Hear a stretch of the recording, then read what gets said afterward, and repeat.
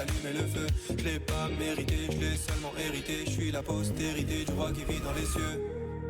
Ma vie n'est qu'un long voyage périlleux. Partout où je mets les pieds, je me sens comme un exilé. Tant pis si je dois perdre ce monde, j'ai mieux. L'amour et la liberté, c'est ma destinée. C'est ma destinée. C'est ma destinée.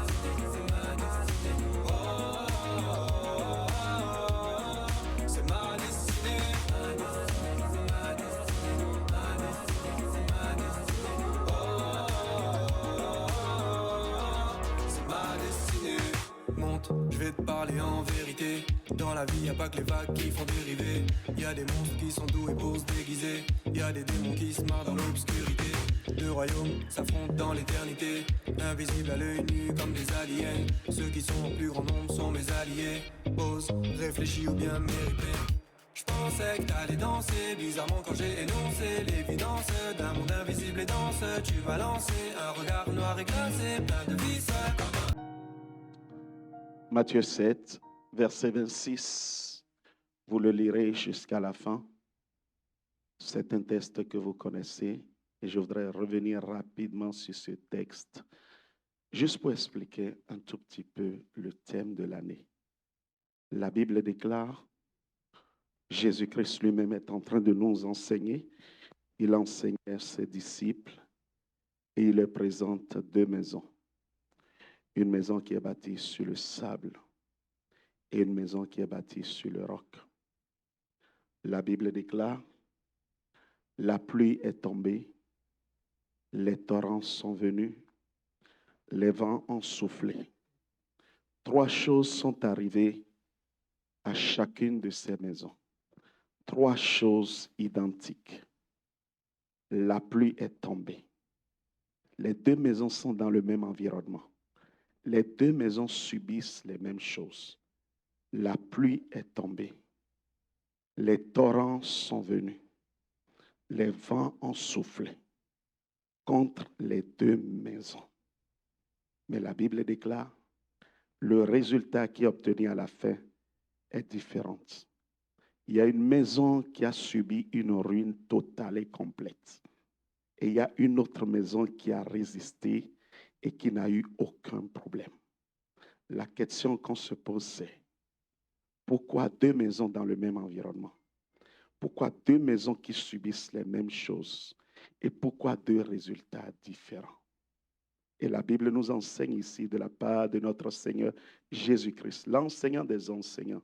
Il dit, ce qui arrive, c'est que nous avons une maison qui a été bâtie dans le sable et une maison qui a été bâtie sur le roc.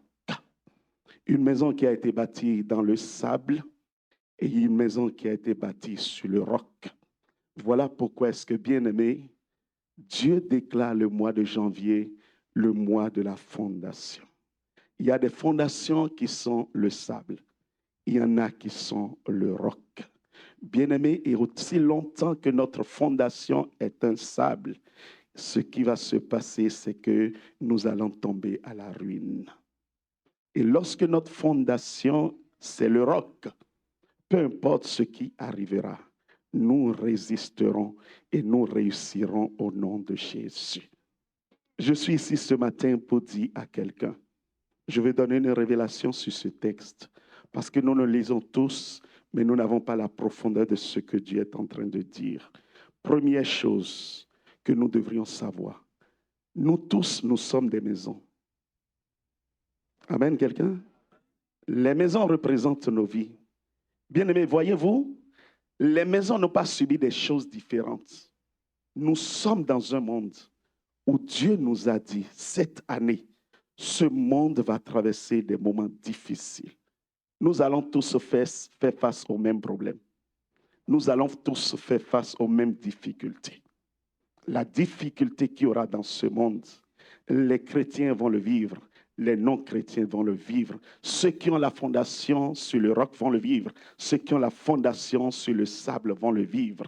Mais la Bible dit, à la fin de la journée, ce qui va se passer, c'est que ceux qui ont la fondation sur le sable vont voir leur maison ruinée. Et ceux qui ont la fondation sur le roc vont voir leur maison en bon état, solide, résistante, face à toute intempérie, face aux problèmes que Dieu annonce en 2025. Peuple de Dieu, tu as besoin de revoir tes fondations. Je répète, tu as besoin de revoir ta fondation. Ta fondation doit être le roc. Maintenant, voici la révélation qu'il y a derrière. Le sable est mouvant. Le sable est mouvant. Un sable n'est jamais solide. Le roc, c'est un matériel solide. Il te sera difficile de casser un roc. Il est solide, il ne bouge pas. Mais le sable est mouvant. Le sable n'est rien d'autre que la représentation des raisonnements humains.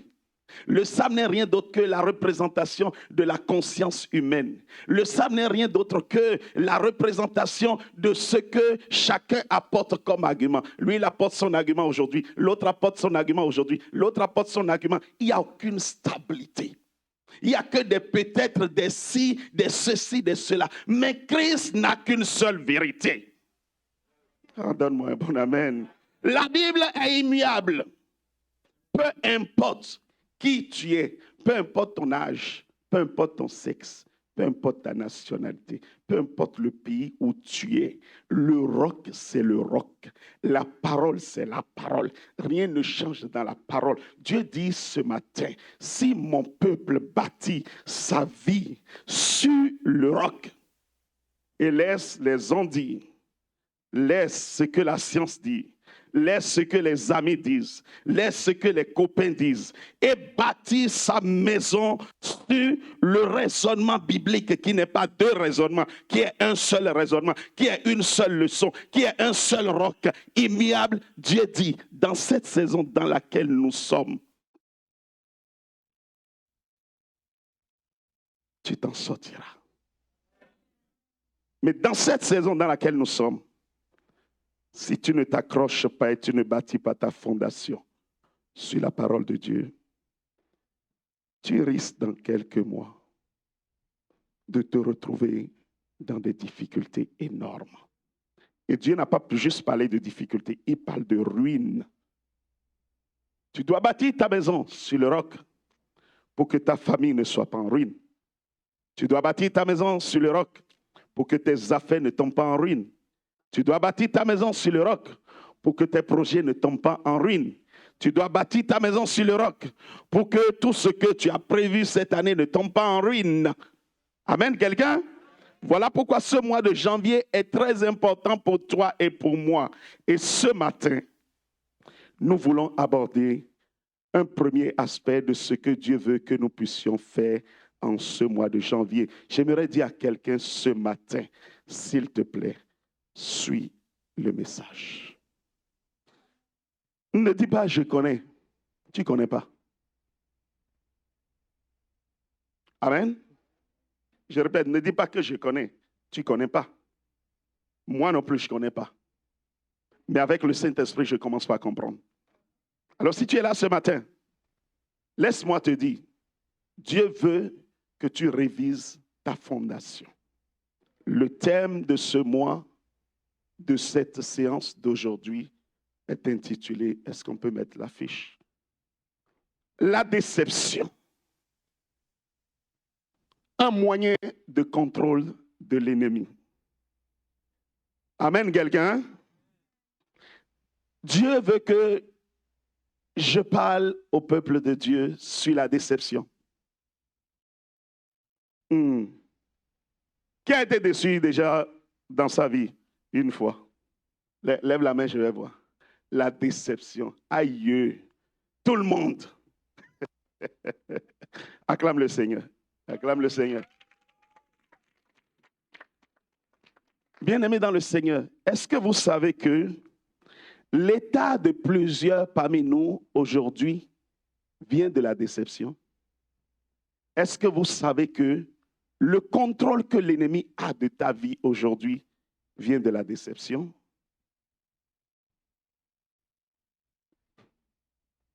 Est-ce que tu sais que la maladie que tu vis aujourd'hui vient de la déception? Je vais creuser un abcès ce matin. À la fin de ce temps, la guérison te sera donnée au nom de Jésus. Je dis à la fin de ce temps, la guérison te sera donnée au nom de Jésus.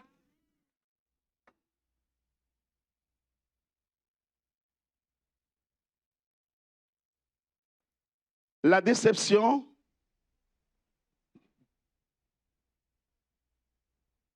c'est un sentiment qui semble juste être un sentiment.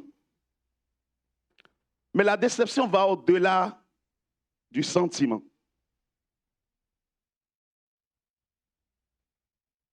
Le dictionnaire Larousse définit la déception comme suit. État ou sentiment d'une personne déçue, trompée dans son attente. Je reprends la définition. L'état d'une personne déçue, trompée dans son attente. Je parle à quelqu'un? Toutes les fois où le mot déception surgit dans la vie de quelqu'un, il faut savoir que forcément, il y a un mensonge à côté. Je répète. Toutes les fois où le mot déception intervient dans la vie de quelqu'un, il faut savoir que juste right there, il y a le mot mensonge, manipulation, qui est juste là. Je reprends la définition. Voyez-vous, ce n'est pas moi qui ai fait la définition. C'est même les gens du monde. Amen. Je vous reprends la définition. C'est Larousse. Ça dit,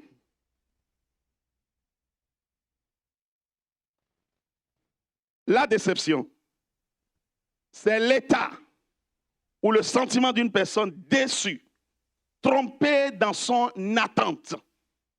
Donc, lorsque nous parlons de déception, nous ne parlons pas d'une situation momentanée et qui se part après. Nous parlons de l'état de quelqu'un. Quand on dit l'état solide, ça reste l'état solide.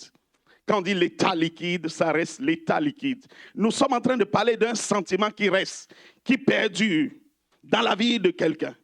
Je ne suis pas en train de dire, oh, tu as mal fait quelque chose, je suis déçu. Et je l'ai dit, je suis parti, c'est parti de mon cœur et tout va bien. Non, je ne parle pas de ça. Je parle de la déception comme étant un état. Tu as été déçu par quelqu'un. Tu as été déçu par une situation et c'est resté là en toi et tu travailles avec toi. Ce truc est là dans ta tête et tu penses à ça et ça t'amène à agir, ça t'amène à poser des actes, ça t'amène à avoir des comportements, ça t'amène à avoir des propos donnés. Je parle de cette déception. Donne-moi un point, amen. Aujourd'hui, Dieu veut mettre le couteau pour aller creuser l'abcès. La déception comme un état. Bien-aimé, écoute-moi bien. J'aurais pu parler de deux autres choses avant d'arriver à la déception. Mais parce que nous sommes en janvier, dans ce mois, nous n'avons que 2 dimanches d'enseignement. Ce dimanche et le prochain. Et ce que j'ai fait, je suis allé directement en disant à Dieu, je me permettrai de le dire oralement au peuple. L'un des éléments dont je devrais parler avant d'arriver à la déception, c'est d'abord ce qu'on appelle les mauvaises fondations. Écoute-moi bien.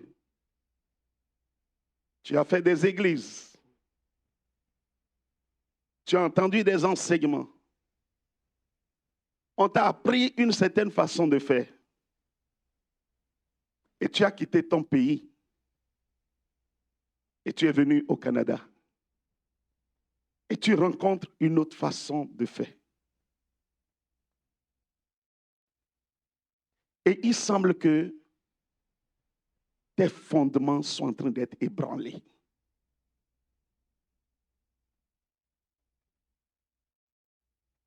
Bien-aimé, écoute-moi. Le premier point de notre vie, c'est que nous puissions avoir des fondations solides. Lorsque quelqu'un a des fondations solides, no matter what, peu importe le pays où on l'envoie, peu importe le milieu où se trouve, peu importe ce qui arrive, cette personne ne traversera jamais ce mot. Ce mot vient du fait que, première chose, nous n'avons pas de fondements solides. Nous n'avons pas de fondements corrects.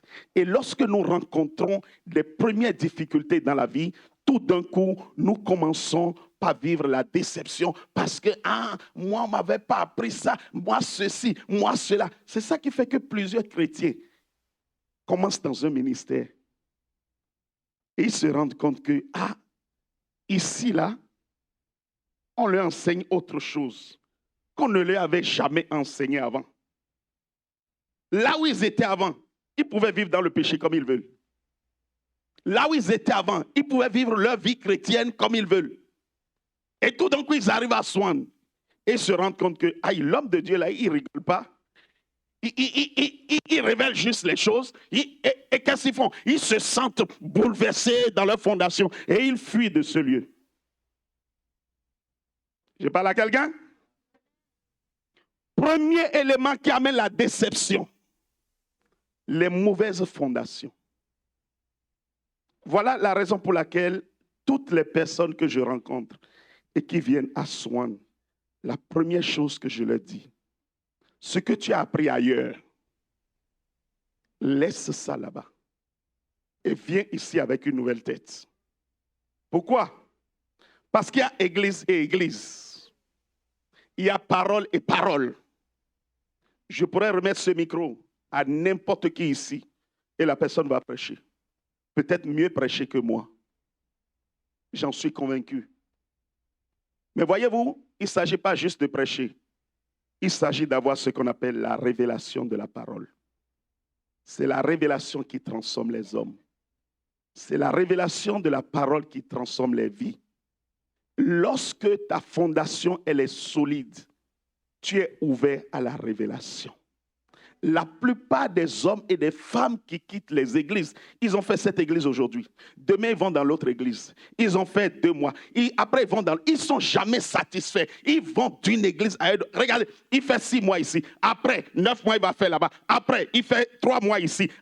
Et il n'a jamais un lieu où s'asseoir. Simplement parce que les fondations ne sont pas solides. Ils veulent qu'on leur prêche le Dieu qu'eux, ils veulent. Ils veulent qu'on leur prêche le message qu'ils veulent entendre. Mais bien aimé, laisse-moi te dire, tu n'es pas à l'église pour qu'on te prêche le message que tu veux entendre. Si c'est une vraie église, tu es là pour que Dieu puisse travailler ta vie. Et à Swan, nous prêchons la parole de Dieu telle qu'elle est. Je suis ici pour dire ce matin, premier élément de la déception, c'est lorsque tu n'as pas de fondation solide. Amen, quelqu'un?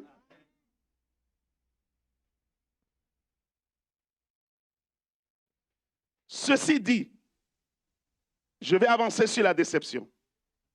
Le premier exemple de déception que nous avons se retrouve dans la parole de Dieu. Avant même que le monde ne soit monde, nous avons un exemple précis de la déception. On a un ange qui s'appelait de son temps Lucifer, qui était un ange de lumière. Et la Bible dit, Lucifer était très proche de Dieu. C'était un ange de lumière. Dans la hiérarchie des anges, on pourrait dire que c'était le premier ange proche de Dieu. Et Lucifer a été fidèle à Dieu. Je suis en train de vous parler du ciel. Hein? Je parle d'un être lumineux.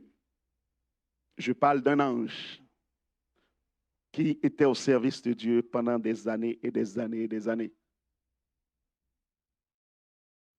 Et un jour, il a appris dans Genèse 3, que Dieu le Père, le Fils et le Saint-Esprit se sont associés et ils ont dit, faisons l'homme à notre image. Et Lucifer a entendu ça, il dit, quoi? Ça fait des années, des millénaires que moi je suis ici à le servir, ce Dieu. Et tout d'un coup, au lieu que moi je sois ici, au niveau de Dieu, il veut maintenant créer un être à son image et à sa ressemblance pour que moi j'aille servir cet être-là. Premier exemple de déception. Le diable a dit, no way. Je refuse que ça se passe comme ça. Moi, Lucifer, je refuse que cela se passe comme ça. Voilà comment le premier exemple de déception est rentré dans le monde. Bien-aimés dans le Seigneur, qu'est-ce que je veux dire ce matin? L'exemple de la déception va amener Lucifer à quelque chose, à la rébellion. Et la Bible dit, Lucifer va corrompre un tiers des anges de Dieu. Je suis ici pour dire à quelqu'un ce matin, si tu laisses la déception dans ta vie, la conséquence directe de la déception, c'est la rébellion. La conséquence directe de la déception, c'est de sortir du plan de Dieu. La conséquence directe de la déception, c'est la mort. Je parle à quelqu'un? Lucifer. La déception n'a pas commencé par les hommes. La déception a commencé au ciel.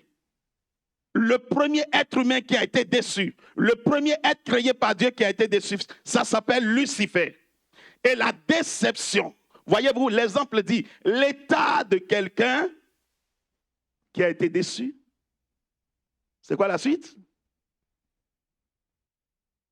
Pardon? Qui se sent trompé. Lucifer s'est senti trompé. Mais voyez-vous, je vous disais tout à l'heure, là où il y a la déception, il y a le mensonge. Est-ce que Dieu a trompé Lucifer? Non. Le sentiment de Lucifer fait que Lucifer a vu que Dieu l'a trompé. La déception, c'est un sentiment de mensonge que le diable donne à tous ceux qui sont dans la déception. Je répète, la déception, Dieu n'a jamais trompé Lucifer. Dieu n'avait jamais dit à Lucifer que je vais te positionner, tu seras le numéro 2 au ciel. Non, Dieu n'avait jamais dit ça à Lucifer. Lucifer a vu Dieu tout d'un coup créer un être humain à son image et à sa ressemblance. Et Lucifer a pris cela comme un affront.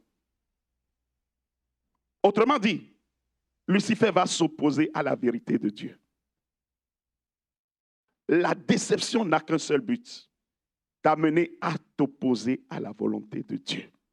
La déception n'a qu'un seul but, je répète, t'amener à t'opposer à la volonté de Dieu. C'est un sentiment intérieur qui nous ment. Là où il y a la déception, il y a le mensonge. Voyez-vous, c'est le premier qui a vécu la déception. Voilà pourquoi toutes les déceptions n'ont qu'origine que le diable. Allons lire dans la Bible. Je parle à quelqu'un? Lisons dans la Bible. Je vous ai dit, ici, nous prêchons la parole de Dieu. Nous ne savons pas faire autre chose. Si elle est bonne pour toi, tu restes. Si elle n'est pas bonne pour toi, tu t'en vas. C'est OK. Un s'en va, Dieu ramène 10, 20 autres. Nous sommes un peuple que Dieu a bâti. Bien-aimés, rappelez-vous, allons-y, allons-y. Aujourd'hui, je vais prendre le temps de dire certaines choses. Je suis dans Genèse. Je suis dans Genèse 1. Au commencement, Dieu créa les cieux et la terre. la terre était vide et informe. Et la Bible déclare, il y avait les ténèbres sur la surface de la terre. Nous lisons la même chose? Oui ou non? Donnez-moi un bon amen. OK. La Bible dit, l'Esprit de Dieu mouvait au-dessus des eaux. Regardez, nous sommes au commencement. Et qu'est-ce qui va se passer? Dieu dit que la lumière soit et la lumière fut. Écoute-moi bien aimé. Le premier élément par lequel Dieu nous a parlé cette année, il a dit 2025, tu dois vivre dans la lumière. C'est la première chose. Sans lumière, écoute-moi, tu vas passer à côté de ce que Dieu a prévu pour toi. La lumière, c'est la vérité. La lumière, c'est la parole. Lucifer au ciel va s'opposer à la parole de Dieu. Dieu dit, craignons l'homme à notre image et à notre semblance. Lucifer va dire, no way, ça ne se passera pas. Moi, je m'oppose à ça. C'est pour cela que je vous dis, la déception vient toujours du fait que quelqu'un s'oppose à la lumière de Dieu. Maintenant, avançons. Dieu créa la lumière. Premier point, je suis en Genèse 4.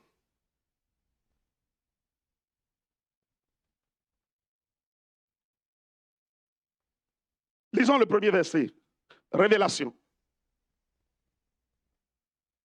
Deuxième situation de déception dans le monde.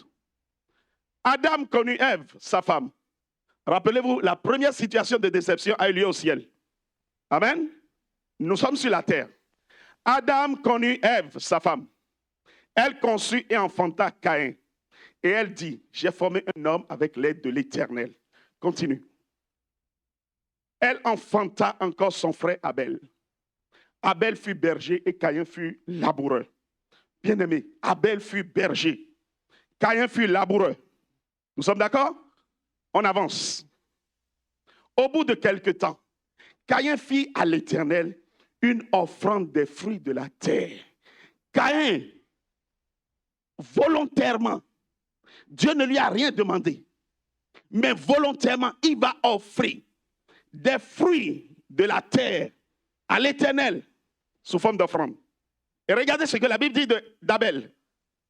Abel, de son côté, en fit une des premiers-nés de son troupeau et de leur graisse. Abel aussi a offert. Seulement quand Abel a voulu offrir, Abel n'a pas juste offert. Je répète, Abel n'a pas juste offert. Abel a offert les premiers-nés de son troupeau. Les premiers-nés du troupeau de quelqu'un. Allez demander au berger. Ils vont vous dire, c'est des choses très importantes. Mais Abel va donner les premiers-nés à Dieu. Amen, quelqu'un? Et la Bible dit, l'Éternel porta un regard favorable sur Abel et sur son offrande. On continue. Mais il ne porta pas un regard favorable sur celui de Caïn. Bien-aimés, les deux ont donné offrande. L'un a donné offrande de ses premiers-nés. L'autre aussi a donné offrande. Dieu dit, j'approuve l'offrande d'Abel. Mais l'offrande que Caïn m'a fait, c'est bien. Mais je ne porte pas de regard favorable. Amen, quelqu'un? Je suis ici en train de dire, Dieu n'a pas désapprouvé l'offrande de Caïn. Est-ce qu'on a lu que Dieu a désapprouvé l'offrande de Caïn? Non. Autrement dit, ce que Caïn a donné, ça n'a pas touché le cœur de Dieu. Mais Dieu n'a pas désapprouvé. Abel a donné, ça a touché le cœur de Dieu. Dieu a approuvé. Je parle à quelqu'un ce matin. Et regarde ce que la Bible dit. Mais il ne porta pas un regard favorable sur Caïn et sur son offrande. Caïn fut très irrité et son visage fut abattu. Première déception qui arrive dans ce monde. Dieu approuve l'offrande d'Abel. Et il n'a pas approuvé l'offrande de Caïn. Et Caïn se fâche. Et Caïn rentre dans ce qu'on appelle une déception. Maintenant, je te pose la question. Dieu a-t-il fait quelque chose contre Caïn? Pourquoi alors Caïn s'irrite? Vois-tu, la plupart de tes déceptions n'ont pas de source. Ça n'a que de mensonges dans ta tête. Caïn, dans sa tête, va commencer par simuler des choses. Le diable va rentrer dans sa tête et commencer par lui donner des raisonnements. Tu vois, Dieu a aimé celui d'Abel. Donc toi là, tu ne vaux rien. Tu vois, tu ne vaux rien. Si tu valais quelque chose, Dieu allait approuver pour toi. La déception vient toujours des pensées que l'ennemi nous inculque. Je parle à quelqu'un ce matin. Si c'est juste des pensées que l'ennemi nous inculque, ça serait bien. La fin de ce test te permettra de comprendre. Bien-aimé, ne permets pas la déception de prendre place. Je répète, ne permets pas la déception de prendre place dans ta vie.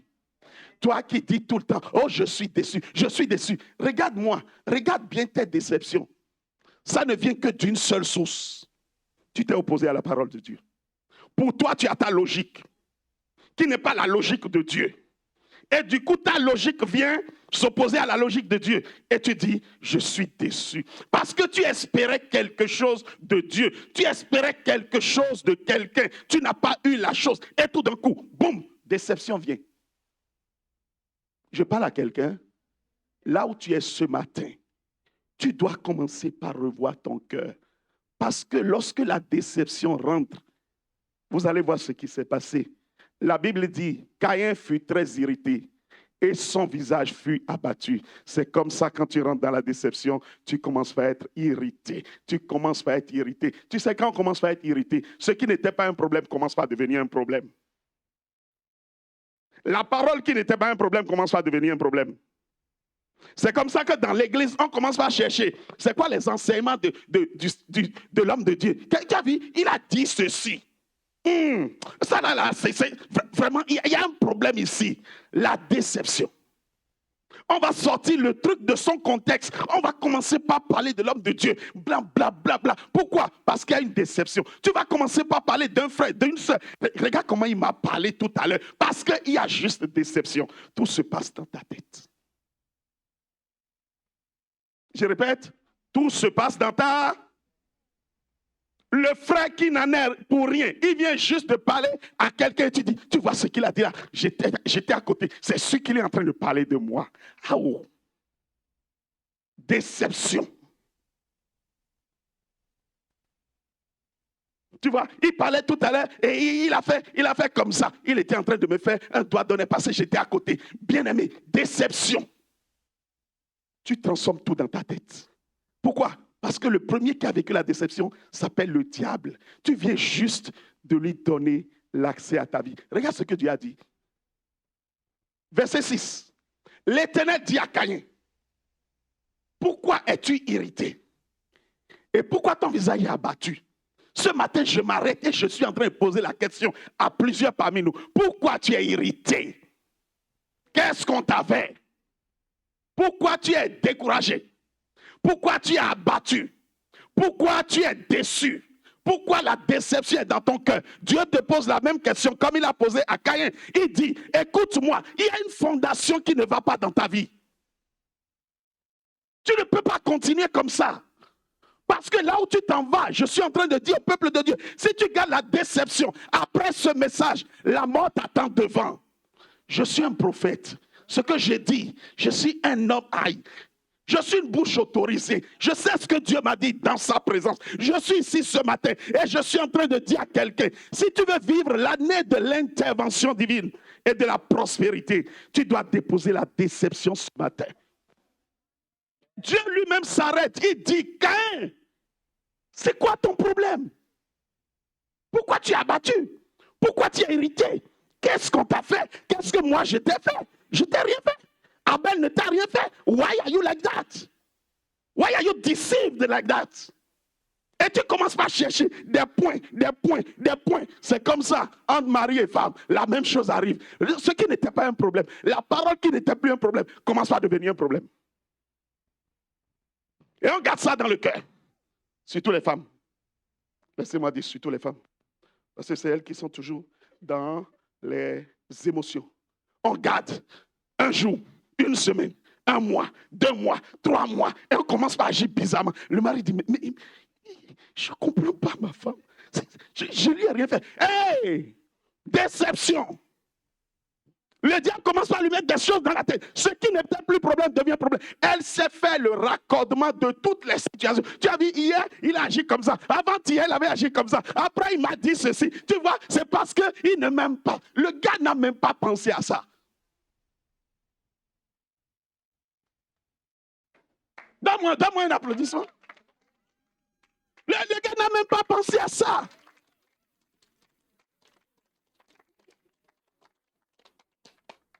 Amen, quelqu'un.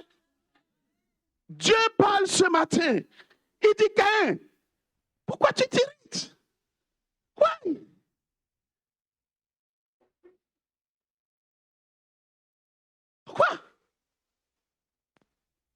Pourquoi tu t'irrites? Pourquoi tu t'irrites? Tu es en train de prier depuis. Tu n'as pas reçu la réponse à ta prière. Et tout d'un coup, tu commences par vivre la déception. Écoute-moi, le but de l'ennemi, c'est un seul but. Détruire ta foi pour t'empêcher de rentrer dans ce que Dieu a prévu pour toi. Parce qu'il sait que lorsque la déception va venir, ça y est, je vais vous expliquer tout à l'heure tout ce que la déception amène dans nos vies. Tu viens d'ouvrir la porte au diable.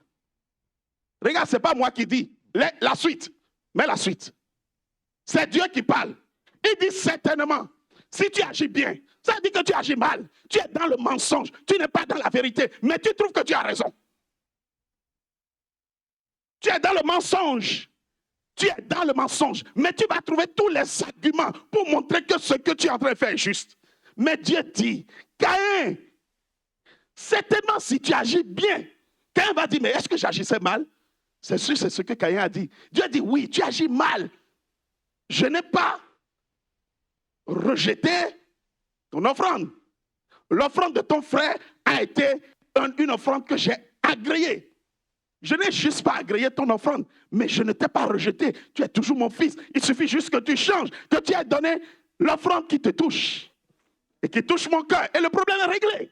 Il dit certainement, si tu fais bien, tu relèveras ton visage. J'ai dit, tu relèveras ton visage. La fille, le fils que tu as en tant que serviteur, qui ne fait jamais de visage. Et tout d'un coup, elle commence par faire visage. Elle te voit, elle renfroie la mine. Bing, tu dis, c'est ma fille ça. C'est mon fils là ça. Quelque chose est en train de se passer. Déception. Il dit, si tu relèveras ton visage, si tu agis mal, autrement dit, si tu restes dans cette déception, regardez la suite. Il dit, le péché se couche à ta porte. Aïe! Le péché fait quoi? Le péché fait quoi? Je suis ici pour dire, la déception ne vient jamais seule. La déception ouvre la porte au péché. La déception fait quoi? Ça ouvre la porte au péché. Et tu parles de la déception et tu subis les plus gros dommages de ta vie. L'un des dommages dont je veux vous parler, c'est le suivant.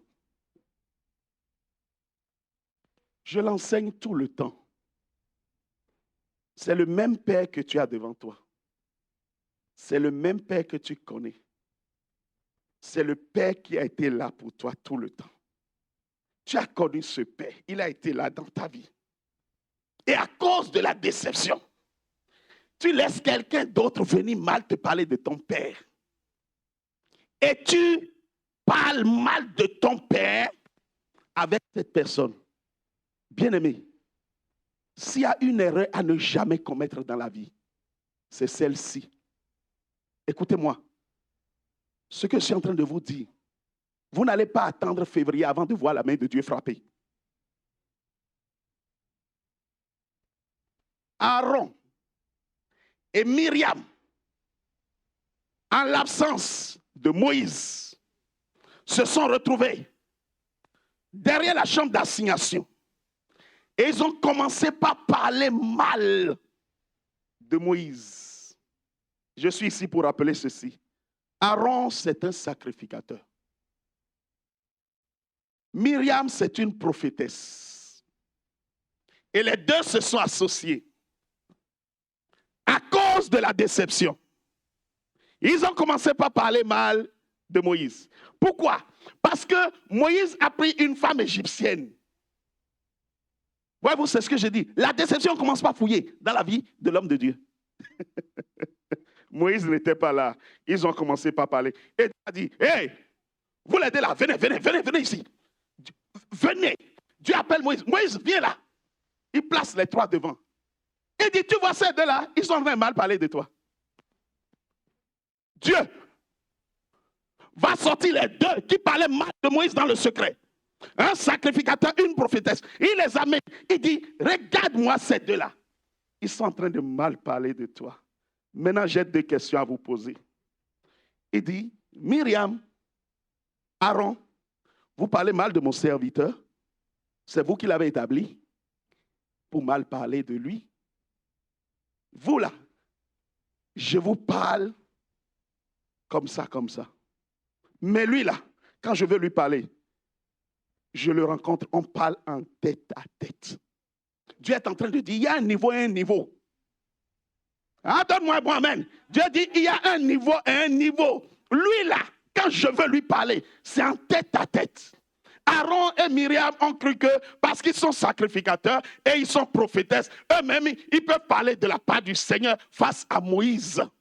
Oh, on a tous le Saint-Esprit. Ce que le pasteur dit là, parce que la déception est venue. Tu commences à dire, laisse-moi te dire. Dieu les met devant, il leur parle. Et la Bible dit, Dieu se tourne et il dit, Aaron, écoute-moi, toi tu dois être toujours avec Moïse. Ta sentence sera moindre. Mais toi, Myriam, tu es prophétesse. Tu es prophétesse de qui? C'est moi qui t'ai nommé prophétesse, non? Et tu te permets de parler mal de mon serviteur. La Bible dit à partir d'aujourd'hui, la lèpre tombe sur ton corps. Toi qui penses que Dieu ne peut pas frapper. Dieu ne peut pas faire quoi? Des gens ont vu, des enfants ont vu Élisée descendre de la montagne. Ils ont dit, prophète à la tête chauve. Et sur le champ, Élie s'est tourné. Et la Bible dit, il a demandé à un ours de quitter la forêt et de venir les bouffer. Et l'ours est venu, il les a bouffés. Ah, c'est le même Dieu, hein? J'ai dit, c'est le même Dieu, hein?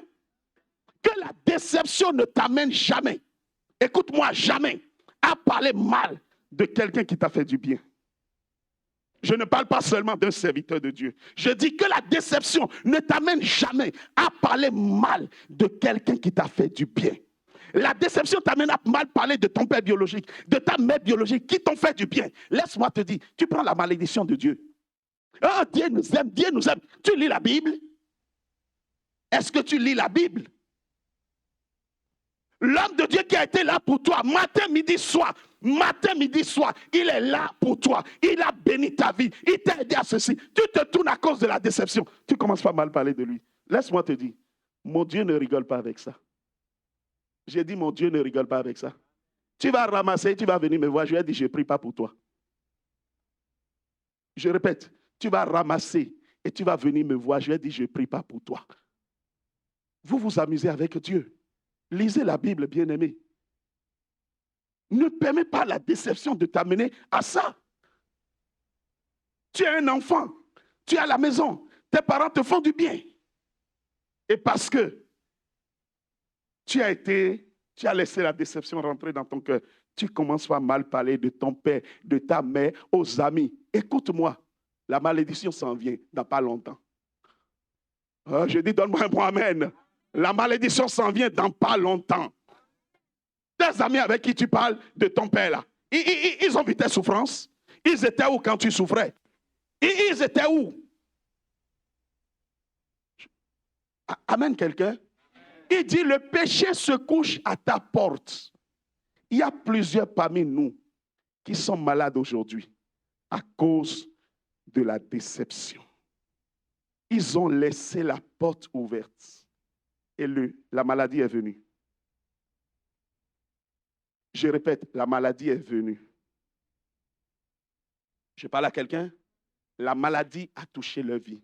Et la maladie les a terrassés. Et ils vont d'hôpital en hôpital. Ils n'ont jamais eu de guérison. Et ils n'ont pas compris que c'est parce qu'ils ont ouvert la porte à la déception. Parce que le jour où la déception rentre dans ton cœur, la déception commence par mettre tout en place pour t'amener à la mort. Ça n'a qu'un seul but, bien-aimé, te faire mourir. Il dit, et ces désirs se portent vers toi. C'est-à-dire les désirs du péché se portent vers toi. Autrement dit, le péché a trouvé un bon candidat. Le péché a trouvé en toi le bon candidat pour qu'il puisse faire tout ce qu'il veut faire pour détruire un être humain. Et Dieu dit, mais toi, domine sur lui. Ce matin, je vais dire à un fils, je vais dire à une fille, domine sur la déception. Je dis domine sur la déception. Laisse la déception sortir de ton cœur. Laisse la déception sortir de ta vie. La déception tout le temps est liée au péché. C'est lié au mensonge. Oh, je suis déçu, c'est le mensonge de l'ennemi dans ta tête. Regardez ce qui va se passer après. Cependant, Caïn adressa la parole à son frère. Donc, malgré tout ce qui s'est passé, malgré que Dieu a parlé à Caïn, malgré que Dieu a relevé Caïn, malgré que Dieu est en train d'enseigner son peuple ce matin, la Bible dit, Caïn sort de la présence de Dieu et il adressa la parole. Autrement dit, ce qu'il veut faire là, il a tellement laissé la place au péché que ce qu'il veut faire là, il va mettre ça en place. Et la Bible dit, mais comme ils étaient dans les champs, Caïn se jeta sur son frère Abel et le fait quoi? C'est comme ça. Tu vois, celui que tu juges être l'auteur de ta déception, tu veux tout faire pour le tuer. Tu veux salir son nom. Tu fais tout pour mal parler de lui partout. Tu fais tout pour le mettre à terre. Tu fais tout alors que le gars n'a rien fait. Abel n'a rien fait à Caïn. Mais la Bible dit à cause de la déception, Caïn va tout mettre en œuvre pour tuer Abel. Voilà comment est-ce que vous voyez des trucs sur Internet, sur des hommes de Dieu. Quelqu'un a ramassé, a parlé de lui. Non, il a fait 10 ans chez lui, mais il a quand même fait 10 ans. Donc ce qu'il dit est vrai. Bien aimé, la déception amène les hommes à tuer.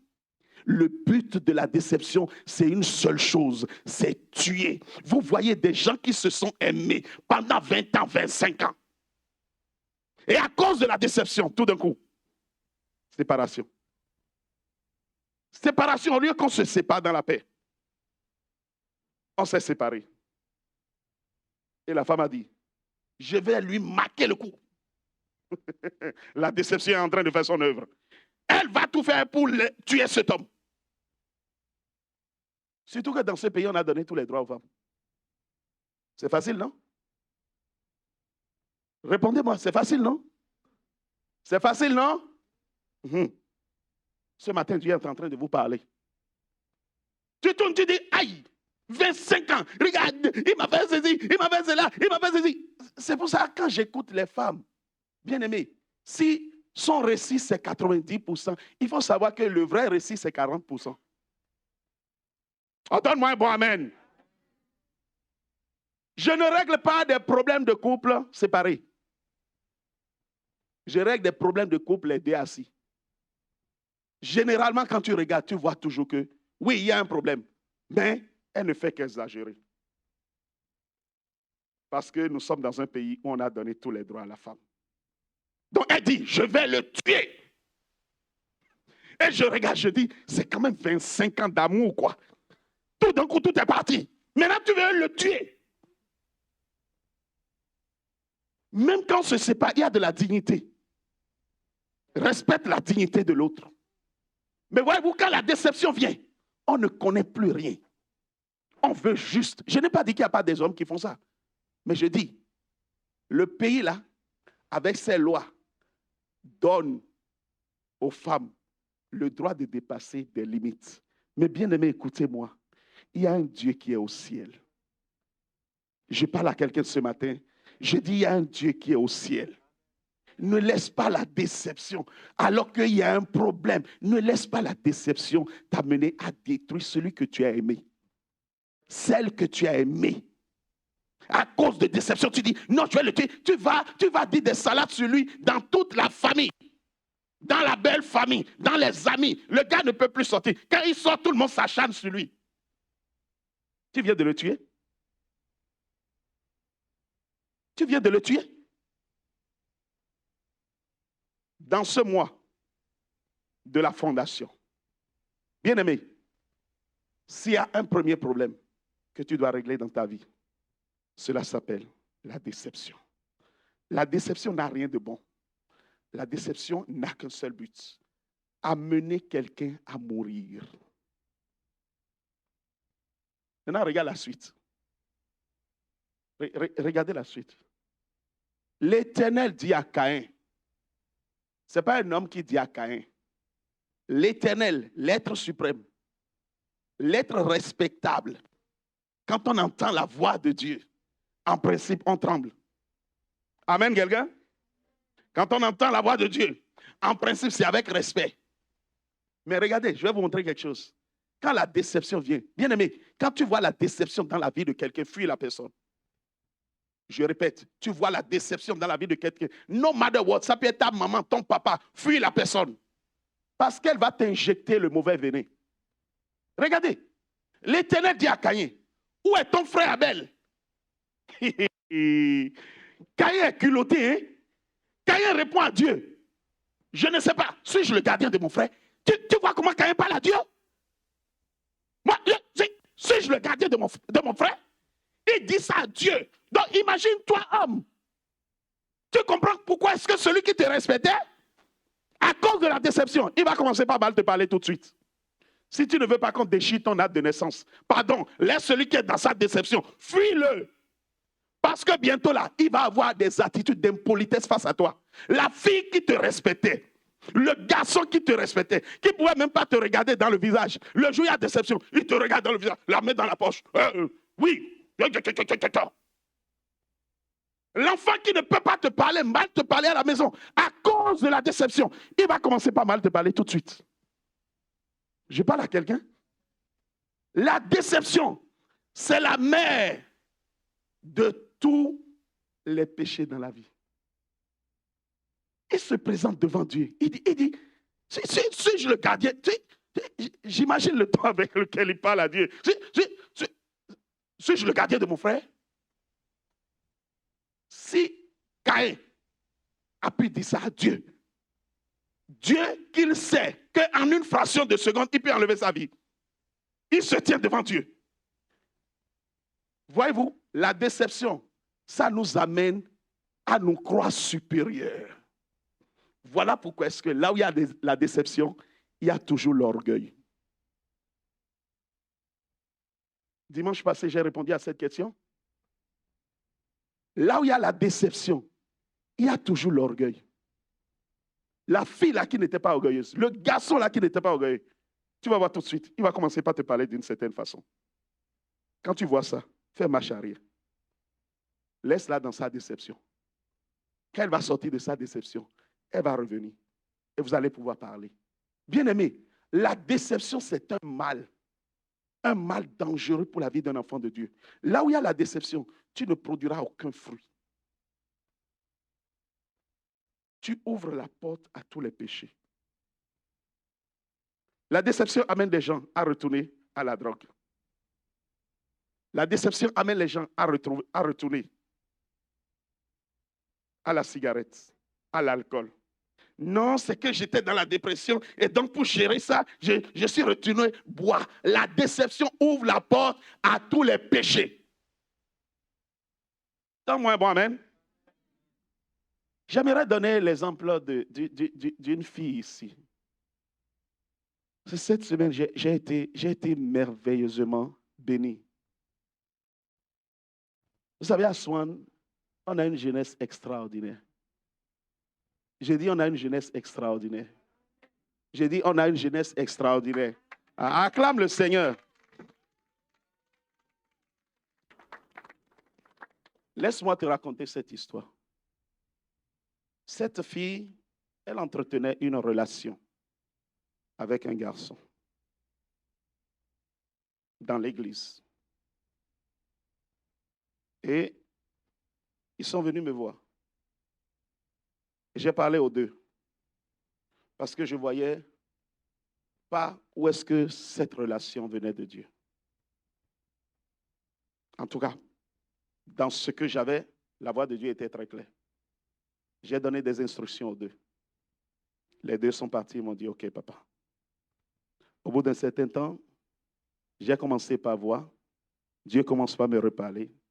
Les deux ne respectent pas ce que tu lui as dit. J'ai dit, OK. Nous sommes au Canada, on n'est pas au Bénin.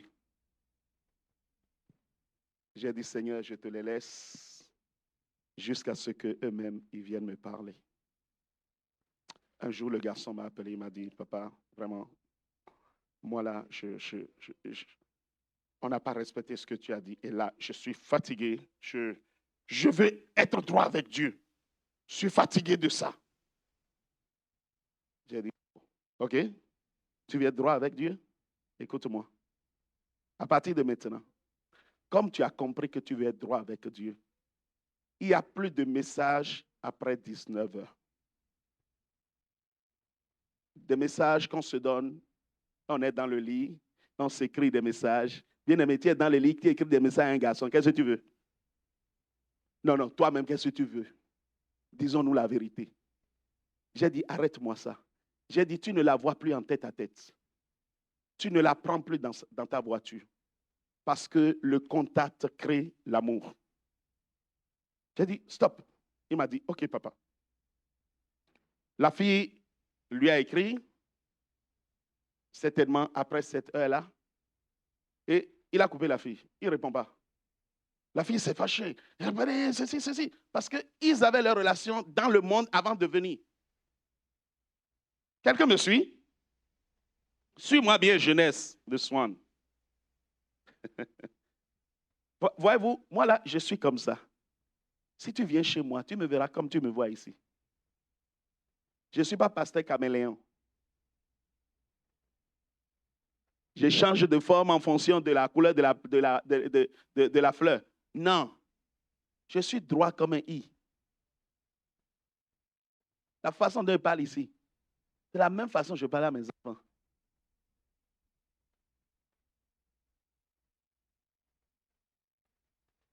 Alors la sœur, elle s'est fâchée. Elle m'a écrit un long message. J'ai dit, OK, est-ce que je peux t'appeler? Elle a dit, oui, papa.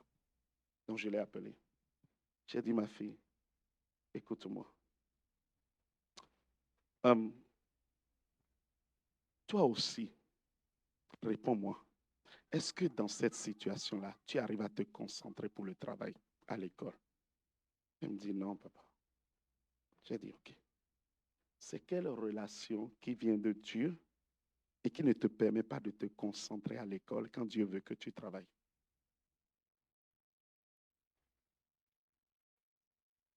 C'est compliqué?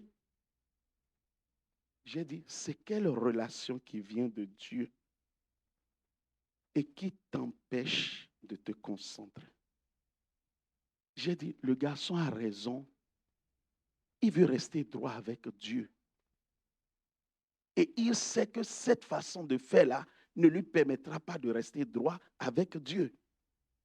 Tu n'as pas vu que c'est une bonne chose pour que toi-même tu te ressaisisses? Voyez-vous, il y a des enfants qui sont extraordinaires.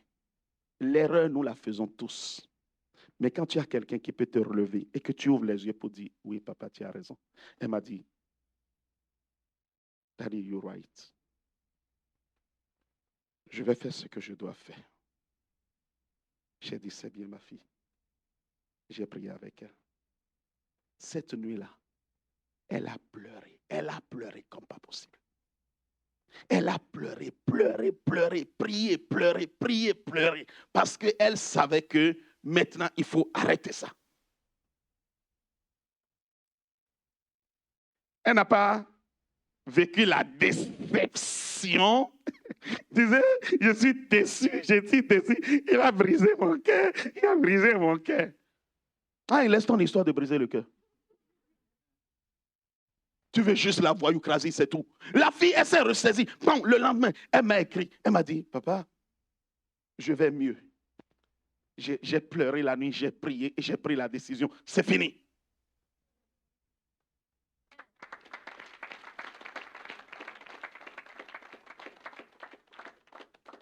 Et depuis qu'elle a dit c'est fini, bien aimé, j'ai vu une fille transformée. Au lieu que son visage soit fermé, elle est heureuse, elle est joyeuse. Et ça dit que ça aurait été quelqu'un d'autre, une autre fille, un autre garçon. Bien aimé, tu vas voir, le nom du pasteur serait sorti. Oh, c'est le pasteur qui a dit, ceci, cela. Hey, d'ailleurs, je viens plus à l'église ici. Viens pas. Moi, je te fais du bien. Tu viens pas, c'est ton problème. Je vais courir derrière toi, non. Je suis tellement ouvert avec chacun que je ne peux pas, tu ne peux pas me faire du chantage. No way. Non. Il y a pasteur. Je n'ai pas été bipé, j'ai été appelé.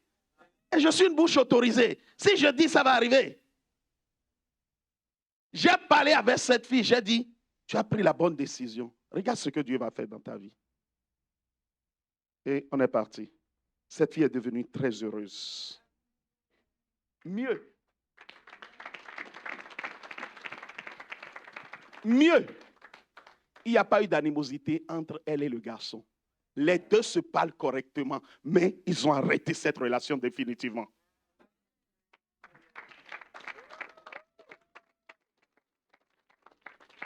Et bien aimé, j'étais là cette semaine et elle m'écrit. Elle me présente ses résultats de cette année. Elle me dit, Father, I can't imagine. Écoutez, c'est de 80 jusqu'à 100.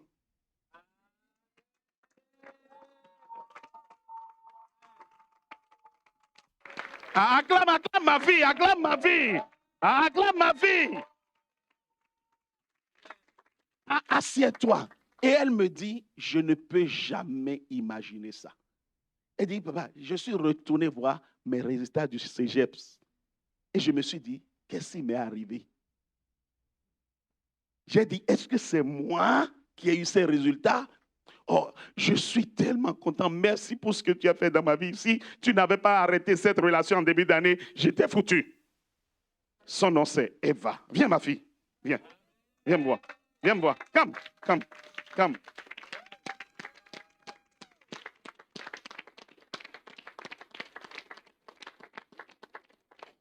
Ah, si tu ne te lèves pas pour applaudir, c'est que tu es méchant.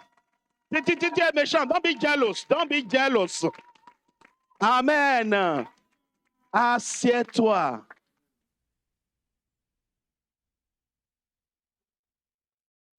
Tu peux comprendre? Elle n'a pas vécu la déception. Elle a été déçue ce soir-là. Oui. Elle a pleuré. Et l'Éternel l'a fortifiée. Parce qu'elle a pris une bonne décision.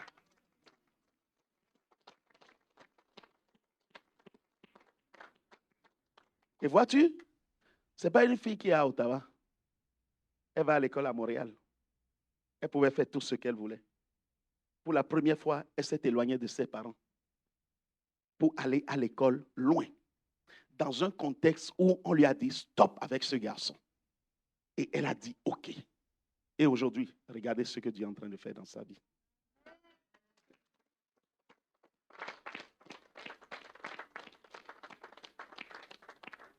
La déception, c'est juste un prétexte que l'ennemi utilise dans ta vie. C'est à cause de ça que vous voyez des gens, ils sont dans l'assemblée. Ils ont fait 5 ans, 10 ans, 15 ans. Et généralement, c'est toujours histoire de garçons et filles.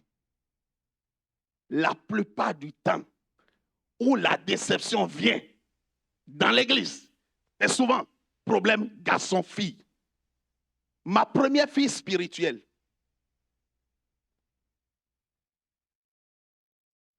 Une fille hautement prophétique.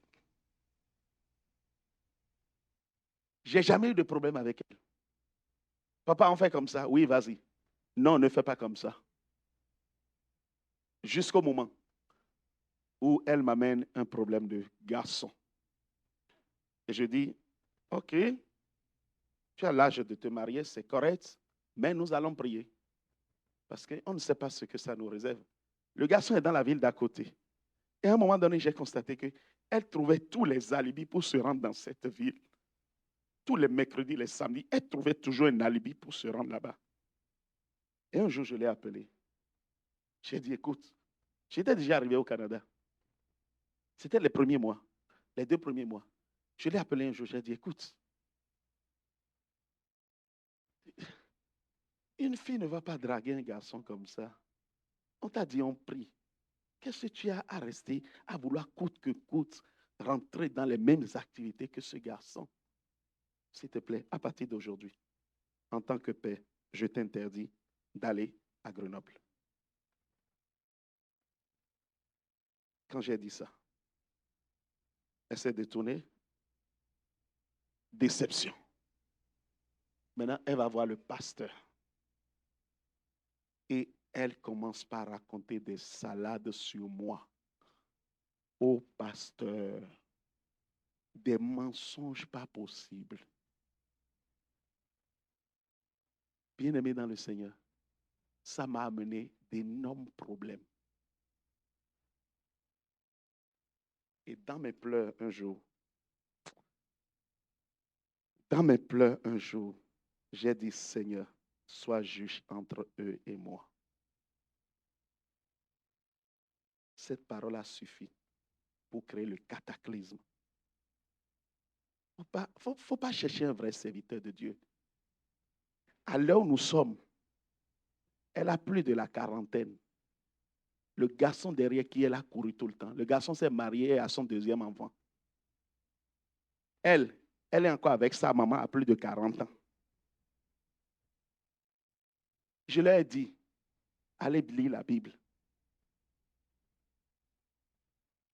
Il y a des choses qui arrivent. Vous croyez que on maudit les gens? Non, on ne maudit pas. C'est la Bible. Je t'ai béni toute ma vie. Hear me. Tu ne connais pas le chemin de Dieu. Si elle connaissait le chemin de Dieu, il y a longtemps que ça aurait été réglé. Je t'ai béni toute ma vie, 7 ans, à te montrer le chemin, à te soutenir, à te prendre sous mes ailes. Et tu vas mentir sur mon dos à quelqu'un, pas à une personne, pas à 2. C'est moi qui vais prier pour toi avant que ça n'avance. Allez lire la Bible. Dieu, donne-moi un bon amen. Vous n'avez pas compris qui est Dieu. C'est moi là qui vais prier pour toi avant que ça n'avance. Tu dois reconnaître, Dieu doit t'amener à reconnaître que ça ne se fait pas. Notre Dieu n'est pas quelqu'un qui fait ce qu'il veut.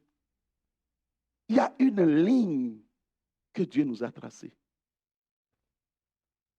À chaque fois que j'apprends des histoires, ça me fait tellement mal parce que l'orgueil l'a amené. Vous voyez comment il a parlé à Dieu? L'orgueil l'a amené à se recroqueviller, ne sachant pas qu'elle a bloqué sa propre bénédiction. Jusqu'au moment, j'ai dit jusqu'au moment. Il y a des gens avec qui Dieu a fait une alliance. Ne t'amuse pas à faire n'importe quoi. J'ai dit jusqu'au moment. C'est moi qui vais la bénir encore. La vie chrétienne, elle a des nœuds qu'il ne faut pas. Si tu es déçu, sois déçu pas. C'est correct. Mais tu vas salir quelqu'un qui t'a béni tout le temps, qui n'a jamais eu une pensée négative sur toi. Dieu sur son trône intervient.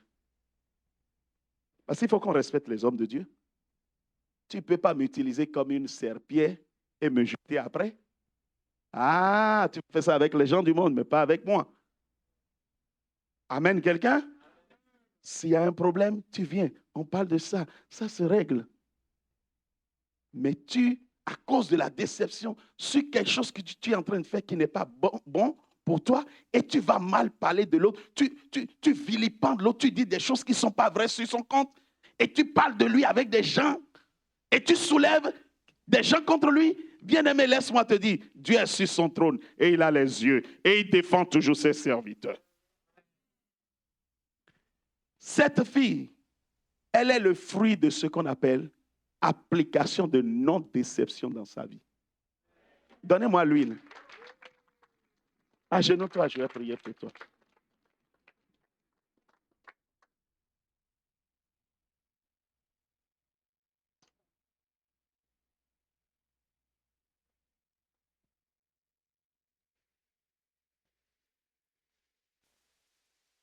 Les bradoches. L'obéissance paye. L'obéissance paye. Dieu paye quand il y a de l'obéissance. Dieu aime les enfants qui sont obéissants. Et alors que cette huile te touche, c'est l'huile de mon Père. Tu n'auras pas juste ma bénédiction, mais tu auras la double portion de la bénédiction. Celle qui vient de mon Père, qui coule sur ma vie, une grâce exceptionnelle tombe sur ta vie, dans tes études, dans tout ce que tu feras. Take it now, in Jesus' name. Reçois la grâce de Dieu dans tous les domaines de ta vie, au niveau scolaire, au niveau financier, au niveau matrimonial. Que Dieu te donne l'homme qu'il a préparé pour toi. Tu ne vivras pas la honte. Je dis, tu ne vivras pas la honte. Je dis, tu ne vivras pas la honte. Le feu de mon Dieu te saisit. Now, in Jesus' name, je décrète et je scelle ton futur à jamais. Celui qui s'élève contre toi, Dieu s'élève contre lui. Celui qui te bénit, Dieu le bénit. Va dans la gloire de Dieu et que sa grâce t'ouvre toutes les portes. Dans le nom de Jésus, je décrète, je déclare, le soi-disant maladie, ce matin, je l'enlève de ta vie. Je dis, je l'enlève de ta vie. Je l'enlève de ta vie. À cause de ton obéissance, que l'Éternel se souvienne de toi. Alors que je parle sur ta vie, je scelle cette parole à jamais. Au nom de Jésus, amen, amen et amen. Acclame le Seigneur. Bien-aimé dans le Seigneur, l'obéissance paye. Prends place. La désobéissance ne paye pas. À partir d'aujourd'hui, ne permets pas à la déception de prendre le dessus sur ta vie. Là, nous sommes au début du monde. Quelqu'un va dire, mais dans le Nouveau Testament, est-ce qu'il y a ça aussi? Parce que les chercheurs de la Bible, là, il y en a beaucoup. Est-ce que dans le Nouveau Testament, est-ce qu'il y a ça aussi? Oui, dans le Nouveau Testament, il y a ça. Nous n'avons plus beaucoup de temps, mais je vais te raconter. Il y a un homme qui faisait partie des disciples de Jésus. Son nom, c'est Judas. Ils étaient 12. Mais parmi les 12, il y avait un qui était toujours dans la déception. Pourquoi? Parce que Judas avait une idée. C'était de voler l'argent de Dieu. C'était de voler la bourse de Dieu. Parce qu'il n'arrivait pas à faire comme il veut, il était toujours dans la déception. Un jour, une femme va venir verser son parfum de grand prix aux pieds de Jésus. Nettoyer ça avec ses cheveux. Et Judas, j'ai dit Judas. Répète avec moi, Judas. Vraiment, Judas. Judas, comme Caïn a parlé à Dieu tout à l'heure, Judas ose se tenir devant Jésus. Les enfants déçus là, c'est des problèmes, je vous dis. Judas ose se tenir devant Jésus pour dire, Pourquoi on ne vend pas ce parfum pour donner l'argent aux pauvres? Comme si lui, il n'avait jamais donné d'argent à un pauvre.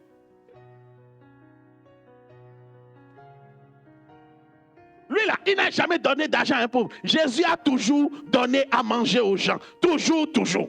Mais lui, il n'a jamais donné d'argent à un pauvre. Et il se lève gaillardement devant Jésus. Et il dit, là, le parfum là, au lieu d'aller vendre ça et prendre l'argent pour donner aux pauvres, on verse ça sur le pied de Jésus. Tu vois, le maître, celui qui l'a béni pendant 3 ans et demi, il se tient. On appelle ça un affront. En fait, il est en train de dire à tout le monde, Jésus est un gaspilleur, il n'aime pas les pauvres. Indirectement, c'est ce qu'il dit. Jésus, tu es un gaspilleur. Celui qui est venu prêcher la parole, celui qui a fait ses preuves. Toi, tu n'as jamais fait de preuves. Généralement, c'est ceux qui n'ont jamais fait de preuves dans leur vie. C'est eux qui sont toujours les déçus. Il n'a jamais fait de preuves là. Mais il est toujours déçu. Judas était déçu. Et Judas va parler de cette façon à Jésus. Et le maître dit, il dit, laisse la dame tranquille. Les pauvres, vous les avez avec vous tout le temps. Elle a donné la meilleure part. Elle m'a déjà enseveli en offrant le meilleur de ce qu'elle a. Bien-aimé dans le Seigneur, la déception ne s'est pas arrêtée là. Judas pensait qu'il allait faire mal à Jésus et que Jésus, dans la honte, va dire, ok, arrêtez ça et prenez ça, allez vendre. Mais Jésus va donner une réponse qui l'a coincé encore. C'est comme ça, il y a des fils et des filles. Ils font pareil. On fait des réunions tout le temps. Surveille ton langage. Je parle à quelqu'un? Je dis, surveille ton langage. Parce qu'à force de parler comme ça, l'esprit qui est en Judas va venir sur toi. Tu veux parler à ton père, il y a un langage. Celui qui l'a béni pendant 3 ans et demi, qui l'a formé, il ose le honner comme ça, devant tout le monde, pas juste devant les disciples, devant tout le monde. Toi qui n'as pas froid aux yeux pour parler, et tu crois que tu es bien, tu es en train de prendre la malédiction. La déception va amener Judas à parler. Et comme Judas n'a pas eu gain de cause, ceux qui sont déçus sont comme ça. Il n'a pas eu gain de cause, il va créer encore autre chose. Il n'a pas eu gain de cause, jusqu'à ce qu'il va amener la mort. Judas n'a pas eu gain de cause. Et qu'est-ce que Judas a fait? Judas dit, je n'ai pas pu l'avoir. Ok. Le diable va lui donner une autre idée, puisqu'il a ouvert le chemin. Et qu'est-ce qui va se passer? Il va aller voir les sacrificateurs et dire, oh, le maître, je le connais. Si vous me donnez l'argent, je vous ai dit non, son problème, c'est d'être déçu de n'avoir pas volé comme il veut. Parce que si on vendait le truc et qu'on amenait l'argent, comme c'est lui qui gardait la bourse, il va voler. C'est comme ça, quand on n'a pas assouvi tes propres besoins dans le ministère, tu deviens dangereux pour le ministère. La déception, que tes points de vue ne passent pas forcément. La déception que ce que toi tu veux faire ne passe pas forcément. Tu deviens un danger. Judas va s'approcher, il dit, moi je sais comment avoir le maître. Donnez-moi l'argent. L'argent qu'il n'a pas pu avoir là-bas, il va réclamer. On lui donne l'argent. Et il va livrer le maître.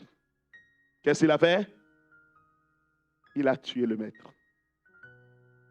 Et regardez, je vous ai dit, la déception n'a qu'une seule finalité. La mort. Il va tuer le maître. Maintenant, il vient de finir de tuer le maître. Et là, tout d'un coup, il se rend compte que, qu'est-ce que j'ai fait?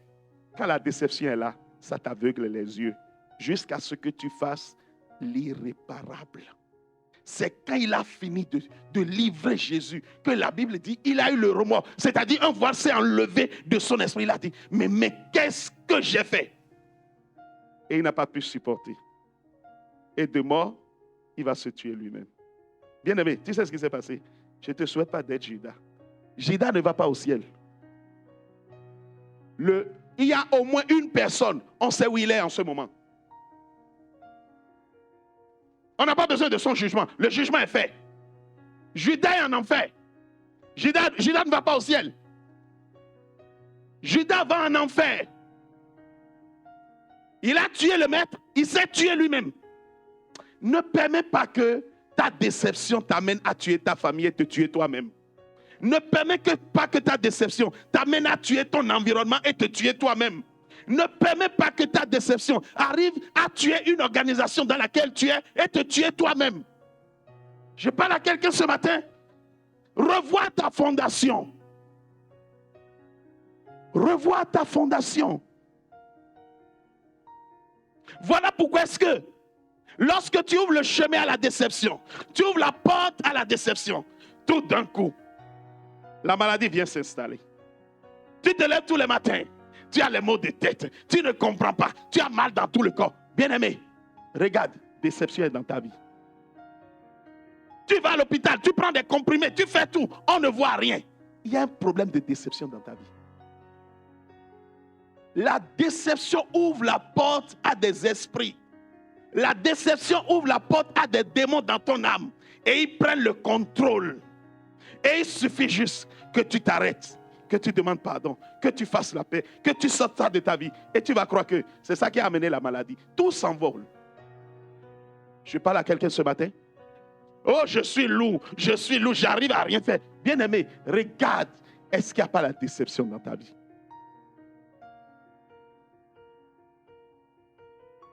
Est-ce qu'il n'y a pas la déception dans ta vie?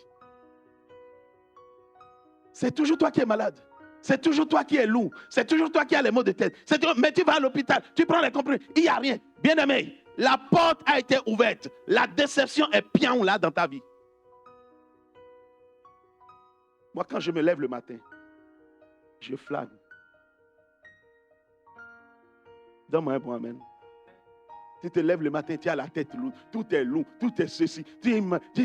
C'est toujours toi qui es malade, c'est toujours toi qui as ceci.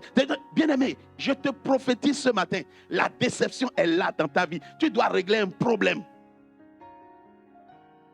Si tu veux réussir, 2024, la première base de ta fondation, c'est out of deception. Mets la déception hors de ta vie. Pendant que tu es assis là où tu es, je vais te donner du temps. Parle à l'Éternel. Parle à Dieu. Personne n'est épargné de ce message. Parle à Dieu. Dis à Dieu, mes fondations sont en ruine. Viens les ôter ce soir. Ôte mes fondations. Enlève mes fondations. Toi qui es devenu celui qui juge tout le monde. Vous avez des amis, des copains, des membres de famille. Ils sont là juste pour critiquer négativement. C'est des gens qui ont la déception dans leur vie. Tout ce qu'ils voient, c'est que le négatif. Tout ce qu'ils voient, c'est que critiquer. Il est quelque part, il ne voit jamais rien de bien. Il fait que critiquer, critiquer, critiquer. C'est un homme, une femme qui est dans la déception en permanence. Et je te prophétise, dans peu de temps, tu vas voir sa vie à terre. La déception n'a qu'un seul but, la mort. Ce soir, parle à Dieu. Dis à Dieu, je dépose la déception. Je dépose la déception. Seigneur, nettoie mes ruines. Nettoie mes ruines. Je ne veux pas continuer dans cette année avec la déception. Le temps est venu pour moi, Seigneur, pour que ma communion soit rétablie avec toi. Je ne peux plus continuer dans cette vie. Seigneur, non. Mes études vont prendre un coup. Mon business va prendre un coup. Ma santé va prendre un coup. Mes amitiés vont prendre un coup. Ma relation avec toi va prendre un coup. Seigneur, ce matin, je te demande pardon. Pardon, Seigneur. Pardonne-moi, lave-moi par ton sang. Pardonne-moi et lave-moi par ton sang. Pardonne-moi, lave-moi par ton sang. Au nom de Jésus-Christ. Et à partir de ce jour, je prends la décision de marcher sur le chemin. Peu importe, Seigneur, je veux juste marcher dans la lumière. Je ne veux plus, Seigneur, laisser les ténèbres m'environner. Je ne veux plus, Seigneur mon Dieu, que ma vie soit bâtie sur le sable. Je veux que ma vie soit bâtie sur le roc. Ce matin, Seigneur, je dépose tout. Je veux retrouver ma joie. Je veux retrouver ma paix. Je veux retrouver ma liberté. Je veux retrouver, Seigneur mon Dieu, l'état dans lequel j'étais dans une bonne communion avec toi. Seigneur, je ne veux pas continuer pour que la mort vienne me frapper. Non, Seigneur. Ce matin, pardonne-moi et accorde-moi la chance, Seigneur, de repartir de plus belle. Cette année, c'est mon année de l'intervention divine.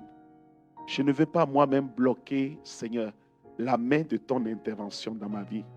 J'ai besoin de toi. Les propos des amis ne sont pas la parole de Dieu. Les raisonnements du monde ne sont pas la parole de Dieu. Les raisonnements scientifiques ne sont pas la parole de Dieu. Non, Seigneur, je veux bâtir ma vie sur ta parole qui est le rocher. Accorde-moi, Seigneur, de pouvoir le faire ce matin. Au nom de Jésus-Christ. Au nom de Jésus, bien-aimé, prie.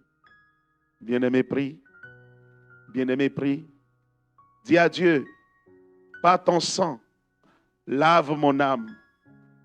Les blessures, Seigneur mon Dieu, qui sont restées ouvertes au travers de la déception, que ce matin, par le sang de l'agneau, Seigneur mon Dieu, mon rocher, que tu puisses guérir, Seigneur, chacune de ces blessures. Je ne veux plus agir sous la base de la déception. Je ne veux plus agir sur la base, Seigneur, des émotions.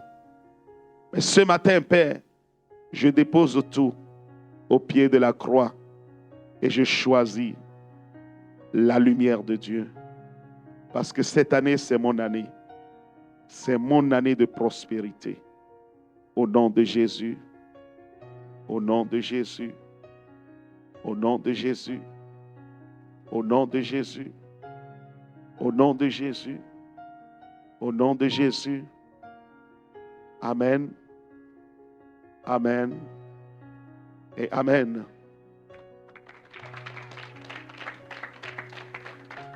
Acclame le Seigneur. Acclame Jésus.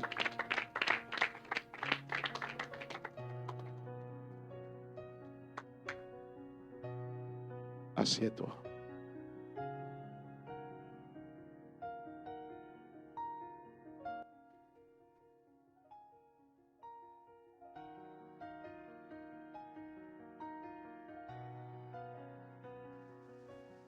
Il est important qu'après ce temps de prière que tu as eu, il est important que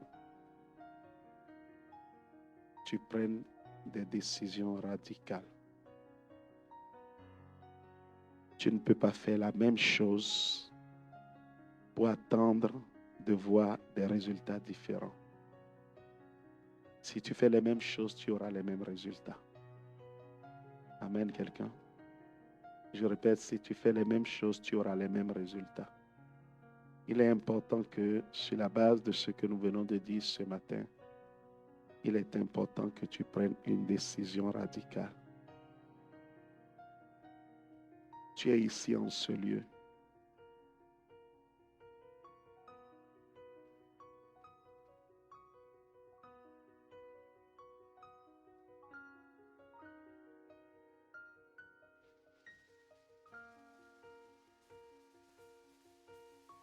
Tu es ici en ce lieu.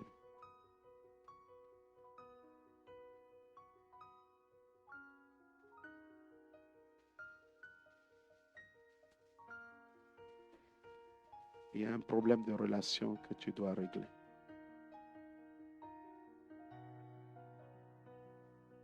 Un problème de relation qui s'est empiré à cause de la déception.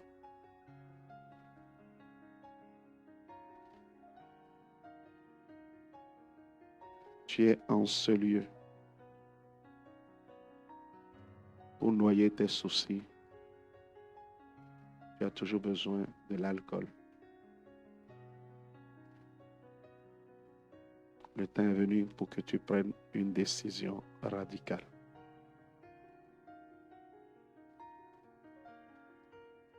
Il n'y aura pas de décision d'avancer s'il n'y a pas de décision. Amen, quelqu'un. Cette année, le Seigneur m'a dit, vous serez choqués de ce que Dieu va faire dans vos vies. Je répète, cette année, vous serez choqués de la main tendue de Dieu sur vos vies. C'est un partenariat. Et dans ce partenariat, il est important que tu laisses l'opportunité à Dieu de te toucher. Ne permets pas, quand Dieu veut te toucher, que l'ennemi lui dise, ici, là, ça m'appartient.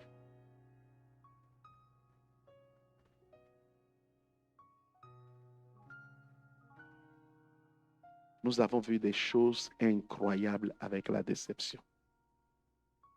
Si tu finis ce temps ce matin et tu ne prends pas une décision définitive, bien-aimé, tu es en train de t'approcher plus de la mort que de la vie.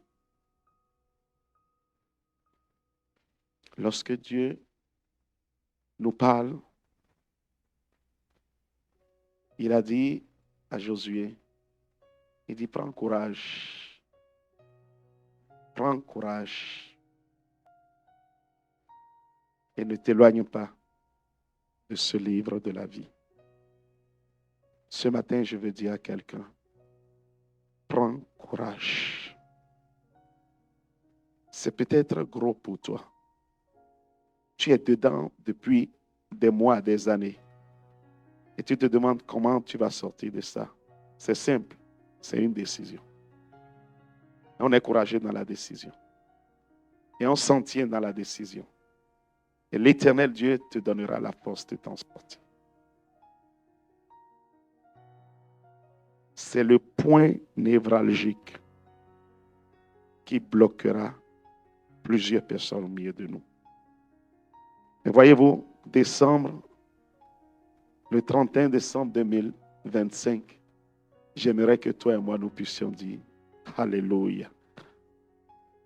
Cette année, ce qui a été prophétisé s'est manifesté dans ma vie. Dieu est un Dieu d'instruction. Et ce matin, je suis en train de redonner l'instruction de Dieu. La première chose que Dieu nous a dit, la lumière. Notre vie doit être bâtie sur le roc. Prends au sérieux l'enseignement de ce matin et permets à Dieu de commencer son travail dans ta vie. Au nom de Jésus. Et nous disons Amen. Acclame le Seigneur.